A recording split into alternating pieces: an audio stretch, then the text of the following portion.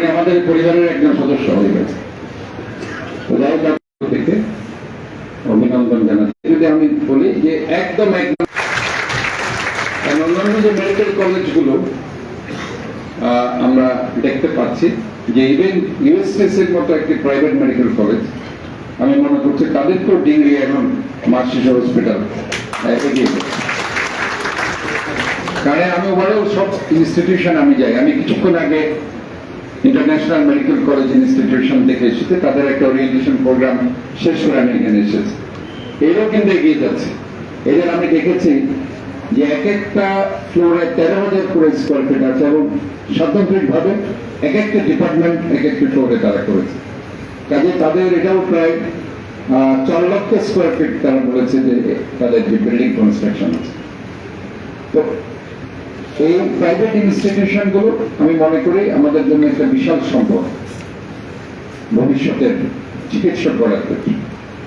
আজকে আমাদের যে মূল যে প্রত্যয় সেটা হচ্ছে কিভাবে আমরা একজন মানবিক চিকিৎসক হতে পারবো, আমরা চিকিৎসক হতে পারবো, এটা আসলে ভেরি ইম্পর্টেন্ট। আমি দিন শেষে আমি ডাক্তার হওয়ার পরে একজন অসচ্ছল গরিব রোগীকে বিনামূল্যে দেখতে পেরেছি কিনা সেটা হচ্ছে মূল কথা। আমি আমার মানবিকতা দিয়ে আমি আমার এই চিকিৎসা পেশাকে আমি অগ্রণী ভূমিকা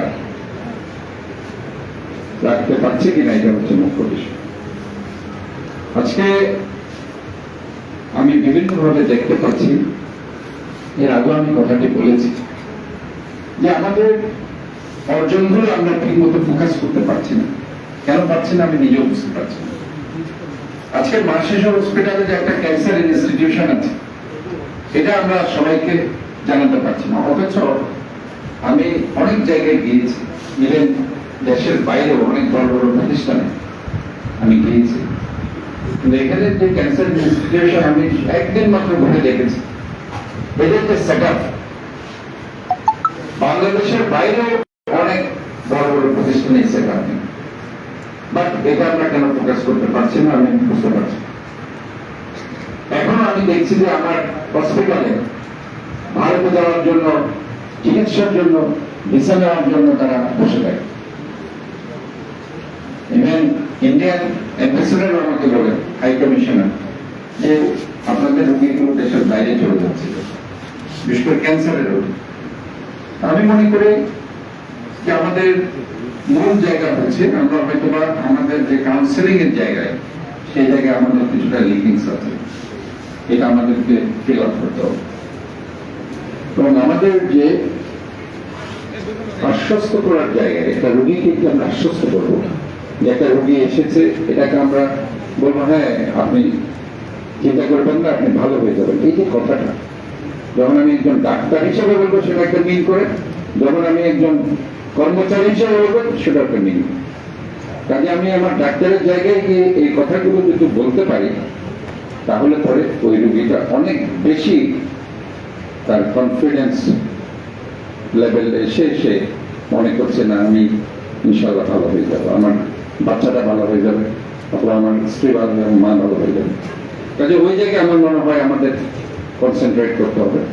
আর ফার্স্ট ইয়ারে যারা আছে আমি শুধু এইটুকুই বলছি, আমি একটু আগে বলে এসেছি, এই ফার্স্ট ইয়ারের এবং সেকেন্ড ইয়ারের যে দুটি সাবজেক্ট আছে অ্যানাটমি এন্ড ফিজিওলজি, আমরা যে বিল্ডিং এর যে একটা ফাউন্ডেশন দিয়ে থাকি, ফাউন্ডেশনের মধ্যে যেটা আমরা গন্ডগোল হয়ে যায় তাহলে বিল্ডিংটা কিন্তু বেশি দিন টিকে না, ফাটল ধরে। একটু ভূমিকম্প আসলে বিল্ডিং এর মধ্যে একটা ফাটল ধরে। ঠিক একইভাবে আমরা যদি অ্যানাটমি ফিজিওলজি ঠিক মতো না পড়ি, না জানি, বুঝে না পড়ি, শুধু মুখস্থ করে যাই, তাহলে আলটিমেটলি গিয়ে সেখানে আমরা আমাদের ফাইনাল ইয়ারে এসে অথবা এর পরবর্তীতে আমি যখন পোস্ট গ্রাজুয়েশন করতে যাচ্ছি প্রতিটি জায়গায় এর অ্যানাটমি ফিজিওলজি কিন্তু আসবে। আমি হয়তো আজকে খেলাই মনে করছি যে কোনো ক্রমে আমি অ্যানাটমি ফিজিওলজি আমি হয়তো বা বলে টলে মুখস্থ করে হার্টের পজিশন ধরে মুখস্থ বলে ফেললাম, নাম্বার পেয়ে গেলাম। তার চাইতে সবচেয়ে বড় কথা হচ্ছে যেটাই আমি করছি না কেন সেটা আমি ঠিক মতো যাতে বুঝতে পারি যে আমার হাতটা এই পজিশনে আছে, এতটুকু আছে বাম দিকে, এতটুকু আছে ডান দিকে, এবং হার্টের চেম্বার এই 4টা চেম্বার আছে, কিভাবে ব্লাডটা সার্কুলেট হচ্ছে। দরকার হলে বাংলাতে আমরা চিন্তা করবো যে এটা কিভাবে আমি বুঝতে পারছি, আত্মস্থ করছি। এবং এখানে ভেরি ইম্পর্টেন্ট, আমি দেখতে পেয়েছি একা একা পড়ার চাইতে 2-3 মিলে যদি পড়া যায় তাহলে এটা কিন্তু মাথার মধ্যে ঢুকে রয়েছে। এই জিনিসগুলো মনে রাখতে হবে। আমি শুধু পড়েই গেলাম লাইব্রেরিতে বসে বসে, আমি একা পড়বো, বাট 3-4 জন মিলে যদি আমি একটা ডিসকাশনস করি এটা মাথার ভিতরে সবচেয়ে বেশি ঢুকবে। যেমন আমি এই যে এখানে ডাক্তাররা, বড় বড় ডাক্তাররা সব আছে, এখনো কিন্তু আমরা যদি ডায়াগনোসিস করতে যাই কোনো একটা ব্যাপারে, যেমন আমি আমার সাবজেক্ট, আমি ফিজিক্যাল মেডিসিনের ডাক্তার, আমি যদি এখন একটা ডায়াগনোসিস করতে যাই যে আমার এখানে হয়তো রোগী আমার কাছে এসে বলতে পারে যে আমার ডান দিকে ব্যথা করছে, অথবা আমার হাতে ব্যথা করছে, হাত ঝিনঝিন করে আঙ্গুলের মধ্যে নামনেস ফিল করছি, টিংলিং সেন্সেশন হচ্ছে। এখন অনেকে চিন্তা করছে না এটা নিউরোলজিক্যাল প্রবলেম, ডেফিসিট, হয়তো আমি নিউরোলজিস্টের কাছে এখানে পাঠি। বাট ফিজিক্যাল মেডিসিনের ডক্টর হিসেবে আমার যদি অ্যানাটমি আমি জানি, আমি যদি আমার অ্যানাটমি জানি, আমি যদি মনে করি যে হ্যাঁ আমার এখানে একটা সার্ভাইকাল স্পন্ডিলোসিস নামে একটা রোগ আছে, যে রোগ থেকে রেডিকুলার পেইন হতে পারে, রেডিকুলোপ্যাথি হতে পারে, এবং সেটা ডার্মাটোমাল ডিস্ট্রিবিউশন আছে। সার্ভাইকাল 4-5-এ যদি স্পন্ডিলোসিস হয়, স্পেসটা যদি কমে আসে, সেখানে নার্ভ যদি আপনার কম্প্রেস হয়ে যায়, সে কারণে কোন জায়গায় ব্যথাটা করছে, সার্ভাইকাল 5-6 গেলে কোন জায়গায় ব্যথা করছে, সার্ভাইকাল 6-7 গেলে। এগুলো আমি যদি অ্যানাটমি জানি তাহলে আমার ডায়াগনোসিস করতে খুব সহজ হবে। তখন আমি মনে করবো যে হ্যাঁ এই সমস্যাটা সার্ভাইকাল স্পন্ডিলোসিস থেকে হচ্ছে। আর যদি আমি ওটা না জানি তাহলে আমি যখন দেখবো যে ব্যথাটা হাঁটা হচ্ছে, কতক্ষণ আমি আর্মসে এক্সরে করবো, কতক্ষণ এলবোতে এক্সরে করবো, কতক্ষণ রিজ জয়েন্টে এক্সরে করতে থাকবো, আমার ডায়াগনোসিসটা হবে। কাজে প্রতিটা ক্ষেত্রে আমার অ্যানাটমি জানতে হবে, আমার ফিজিওলজি জানতে হবে। এগুলো যদি আমি না জানি তাহলে কিন্তু আলটিমেটলি গিয়ে যে বিল্ডিং এর কথা বলছিলাম আমরা, এত বড় একটা বিল্ডিংটা বসে যাবে। ঠিক একেবারে আমরা যখন একটা বড় ডাক্তার হতে চাইবো, ওই বড় ডাক্তার হওয়ার পথে অন্তরায় হয়ে দাঁড়াবে যদি আমরা অ্যানাটমি ফিজিওলজি ঠিক মতো না জানি। কাজে আমি মনে করি যে একদম পারফেক্টলি আমাদের যারা আজকে যারা স্টুডেন্টরা আছে তারা, আর এখানে এত ভয় কিছু নেই। অনেকে মনে করছে না সারাক্ষণ বোধহয় মেডিকেল সায়েন্সের পড়ালেখা করতে হবে, একদম সারাক্ষণ রাত দিন পড়ালেখা করতে হয়। পাশাপাশি কি করতে হয়, ওই যে বললাম পড়ালেখার পাশাপাশি ডিসকাশনস, বান্ধবীরা মিলে 3-4 জন মিলে আজকে কি করেছি, যে আমরা যদি ডিসকাশনস করতে পারি ওইটাই মাথার মধ্যে ঢুকতে হবে, ওইটাই সবসময় মনে থাকবে। তা আমার মনে হয় আমার আজকের এই বক্তব্য এটাই আমি বলছি, মূলত যেটাই আমি বলছি সেটা হচ্ছে একটা মানবিক ডাক্তার। আমরা আজকে এই শিক্ষাটা আমরা নিব যে আমরা একদম মানবিক ডাক্তার হব, এবং এই শিক্ষাটা যদি আমরা নিতে পারি একদম ভালো ডাক্তার আমি হতে পারবো। মানবিক ডাক্তার যদি হতে পারে একদম ভালো ডাক্তার আমি হতে পারবো, এটা একদম কনফার্ম। এবং একজন সিটি কর্পোরেশনের সেবক হিসাবে আমি আজকে বলতে চাই আমাদের কিছু কাজ আছে। যেমন আমি যেটা মনে করছি যে এখন আমাদের কোভিড ওমিক্রন XBB যেহেতু এটা সংক্রমিত হচ্ছে, অলরেডি 20-এর অধিক রোগী আক্রান্ত হয়ে গেছে, একটা রোগীও মারা গেছে নিরসরাইতে, যদিও বাট এই ব্যাপারে আমাদেরকে সতর্ক থাকতে হবে। আমি এই জন্য বলছি যে আমাদেরকে যে মাস্ক পরিধান করতে হবে, কারণ প্রিভেনশনটা আসলে আমাদের জন্য সবচেয়ে ইম্পর্টেন্ট মেজার্স। আমরা হয়তো আজকে অবহেলা করছি, যেটা আমরা আগেও করেছি। আগেও যখন 20-21 সালে হয়েছে আমরা প্রথমে এটাকে তেমন একটা বার্তা দিইনি, পরবর্তী দিক এটা কিন্তু আমাদের জন্য একটা বিশাল ধরনের আমাদের রিস্ক হয়ে গেছিল, অনেকেই মারা গেছে। তা আমরা চাই না যে এবার এটা হোক, আমরা এখন থেকে আমাদের প্রিভেন্টিভ মেজার্সগুলো নিব, আমরা যে হাইজিনিক যে মেজার্সগুলো আছে সেগুলো আমরা নিব।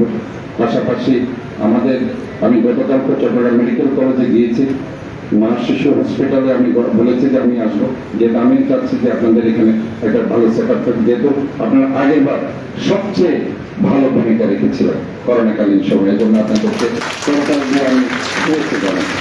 আমি গতকাল চট্টগ্রাম জেনারেল হসপিটালে গিয়েছি। চট্টগ্রাম মেডিকেল কলেজ বেশ ইকুইপড আছে, তাদের স্পেশালিস্ট আছে, তাদের ভেন্টিলেটর আছে, তাদের high flow oxygen nasal cannula আছে, তাদের অক্সিজেন কনসেন্ট্রেটর আছে, তাদের ভিডিও মেশিন আছে। সো আমি মনে করি এই মেশিনগুলো আপনাদের আছে। আমার মনে আছে আমি গতবার একটা হাই ফ্লো আপনাদের দিয়ে গিয়েছিলাম, আমার মনে পড়ছে। কাজে অনেক হাই ফ্লো মেশিন আপনাদের থাকার কথা।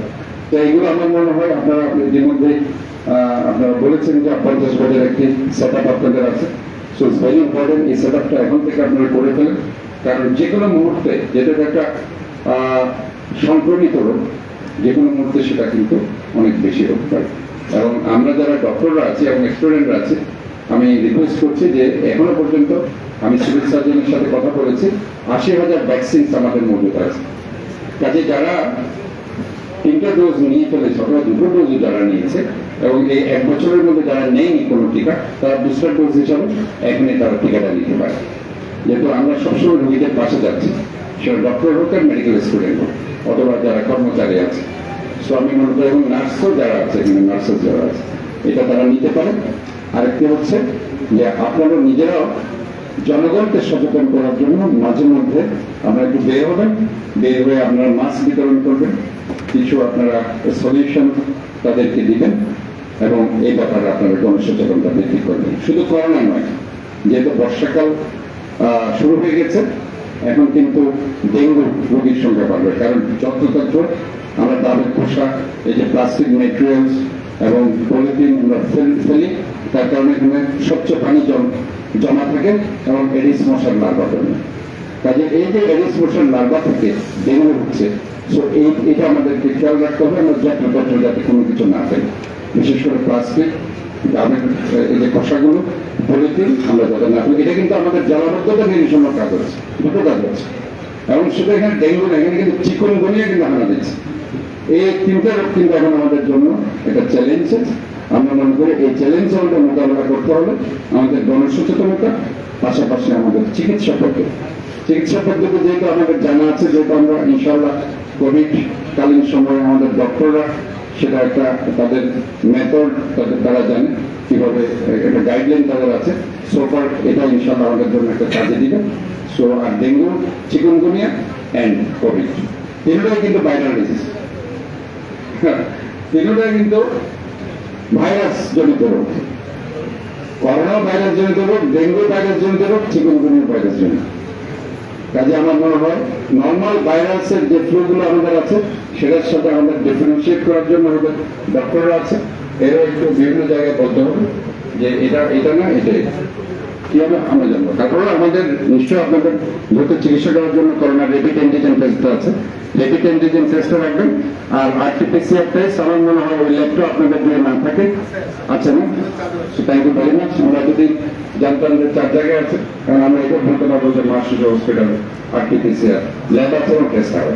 সো আমি আপনাদেরকে অনেক অনেক ধন্যবাদ জানাচ্ছি এবং আমি মনে করি আজকে যারা আমাদের এই পরিবারে যুক্ত হয়েছে, আমি মেয়র হিসাবে নয়, আমি ডাক্তার হিসাবে বলছি, আমরা এখন সবাই একই পরিবারের সদস্য।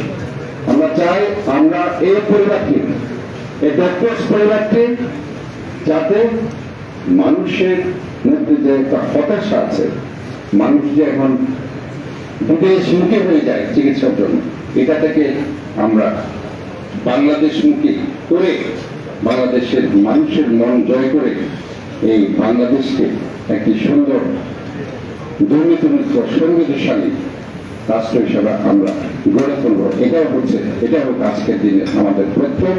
আমি সবার সুস্বাস্থ্য দীর্ঘায়ু কামনা করছি এবং আজকে যারা এখানে উপস্থিত হয়েছে তাদেরকে ধন্যবাদ জানাচ্ছি এবং যারা এই প্রতিষ্ঠানটির জন্য, সেই আমাদের দেশনেত্রী খালেদা জিয়া, যিনি 23/4/2000 সালে আমাদের জননেতা জনাব আমির খসরু মাহমুদ চৌধুরীর মাধ্যমে এই জমিনটি মাত্র 1 লক্ষ টাকার বিনিময়ে উনি দিয়েছেন।